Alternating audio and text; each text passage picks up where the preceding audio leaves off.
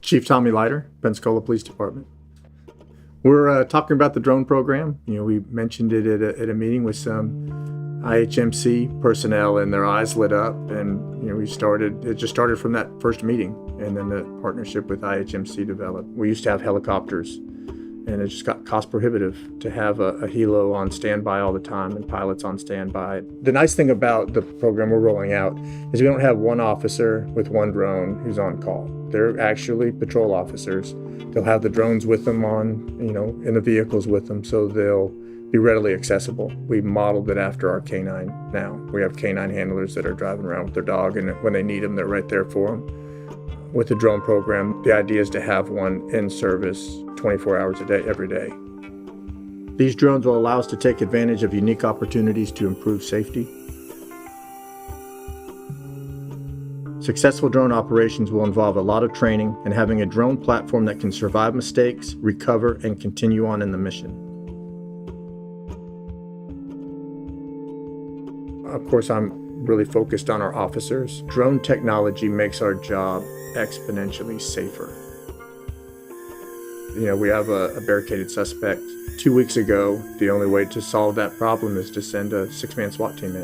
And you just got to kick in the door, you got to make entry into it, and it is incredibly dangerous.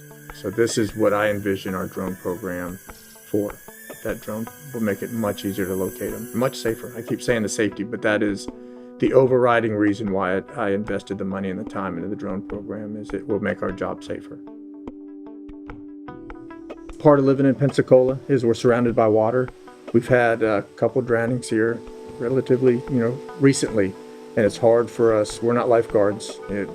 We're walking around with a gun belt on and a bulletproof vest and boots and everything. We're not really designed to go swimming. And the drone program, especially the ability for it to drop life preservers. It's not just being able to locate somebody in the water. And again, the FLIR system at nighttime, if you had somebody out there in the water, they light up because of the difference in temperatures between the body and the water. And we can get out there very quickly with the life preserver and drop it, and that's going to be, I think that we'll use that often.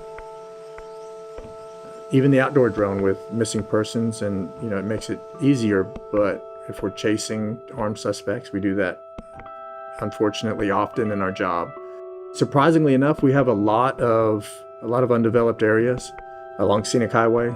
All of the bluffs, it's all heavily wooded, and there's some parks up even on the north end that are heavily wooded. So having that outdoor drone with the FLIR, I think will be helpful for us even in that situation.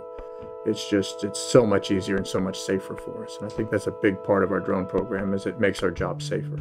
This is police work. There are lives at stake in all of our SWAT call-outs.